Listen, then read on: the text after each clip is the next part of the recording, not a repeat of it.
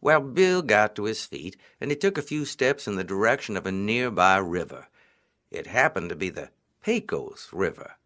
There a friendly coyote found the lad setting all alone, and recognizing a fellow wild beast when he saw one, took Bill back to be part of his family.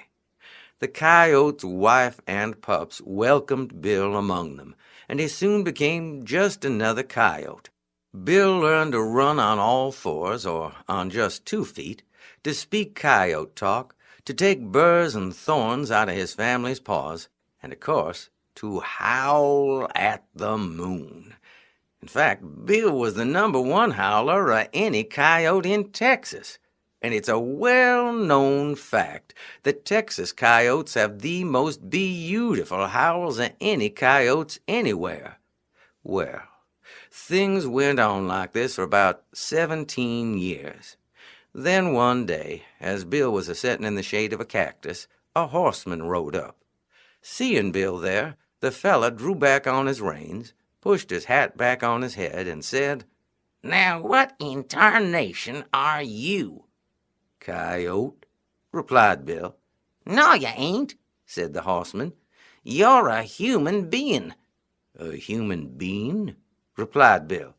"Well, at any rate, you're a Texan. Come on with me." And this fella, who was generous, as all Texans are, gave Bill his extra clothes to wear and offered to let him ride behind on the horse. Bill surprised him by saying, "Thanks, but it won't be necessary." And he just ran alongside and kept up just fine, except on the uphill rides, when he outran the horse. Pretty soon, Bill was living like a human again, although folks did notice that when the moon was full, Bill would howl at it.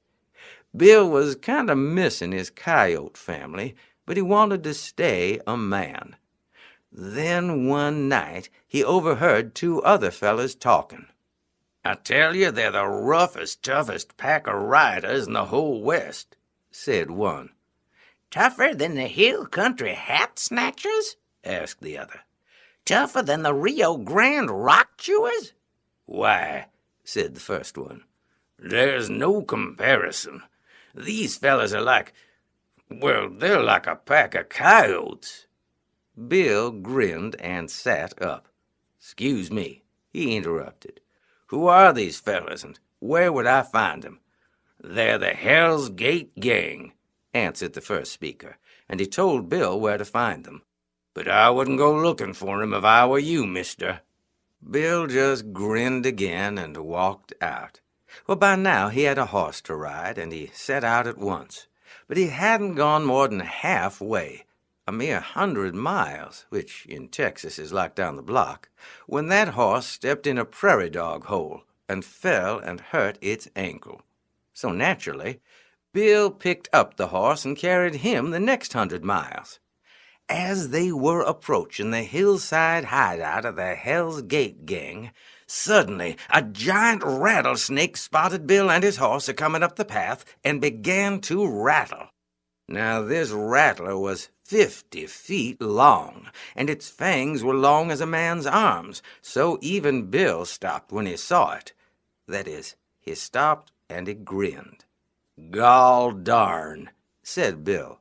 "Ain't you just the purtiest rattlesnake I ever did see?" But them sweet words didn't help, and the snake struck with sudden fury at incredible speed. Only Bill struck back, stronger and faster. He grabbed that snake behind its head so it couldn't turn on him and held tight. The rattler tried to wind around Bill, but Bill just snapped it like a whip. And then those two began to tussle seriously. In the end, Bill squeezed the rattler harder than the rattler squeezed Bill. Squeezed the poison right out of him, in fact. Then he wound the snake round his saddle horn like a lasso, and picking up his horse again, snake and all, proceeded up the path. Hadn't gone more than a mile more, though, when a giant panther leaped out into the path and faced Bill. That panther roared. "Roar!" To its surprise, Bill roared back. "Arrgh!" Well, that panther had never heard anything like it. He began to wave his tail back and forth, happy as a house cat, and he purred. Then he sashayed up to Bill and rubbed up against his leg like a kitten asking for milk. Then Bill got an idea. He took the saddle off his horse and put it on the panther, and winding the rattlesnake round his one arm and lifting the horse up with the other, Bill mounted that panther and off he rode. For more titles from Jim Weiss and Well-Trained Mind Press, please visit us at jimweiss.com or welltrainedmind.com. Thank you for listening.